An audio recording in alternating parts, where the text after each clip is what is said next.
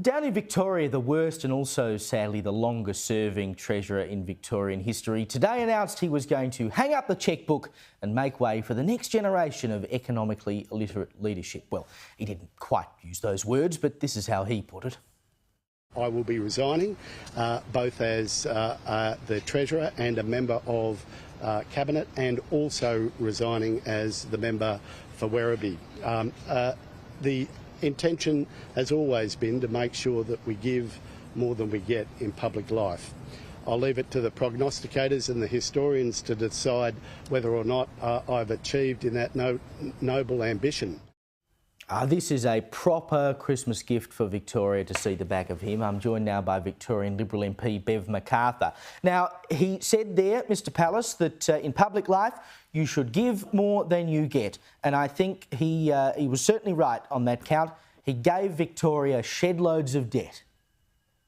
Absolutely, Caleb. He's presided over the most disgraceful taxing situation. We've got 56 new or increased taxes under his jurisdiction. And one of the taxes which is not often talked about is the land tax that AUSNet pay. And this goes to everybody's electricity bill.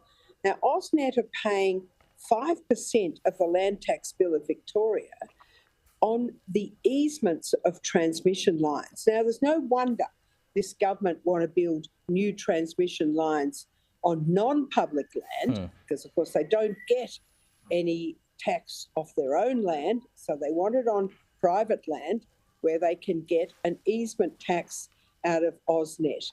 And this is an extraordinary situation. 256 billion they're collecting, 5% of the land tax in Victoria from transmission lines effectively, and that's why we don't need above ground transmission lines at the rate this government wants to roll them out.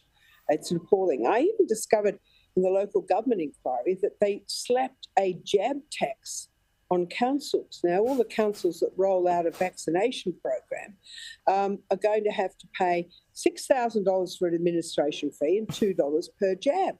And I said to the councils, well, why don't you just say no and hand it back to the health department to roll out the vaccination program? They had no notice. They got an email.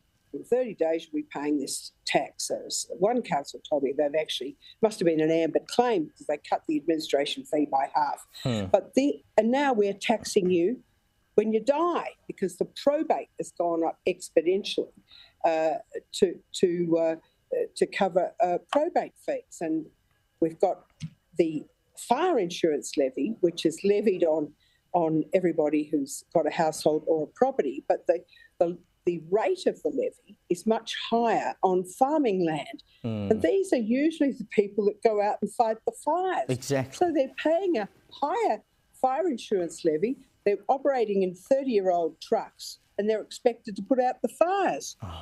It's absolutely shameful. So he's going to slink off back to Williamstown. He's never lived in Werribee, and he's obviously run out of overseas trips because he was going on overseas trips at the rate of knots. But there's no more trips he can access. So he's going back to his hole in Williamstown, and we're all paying the price for his 10 years of outrageous performance as a Treasurer.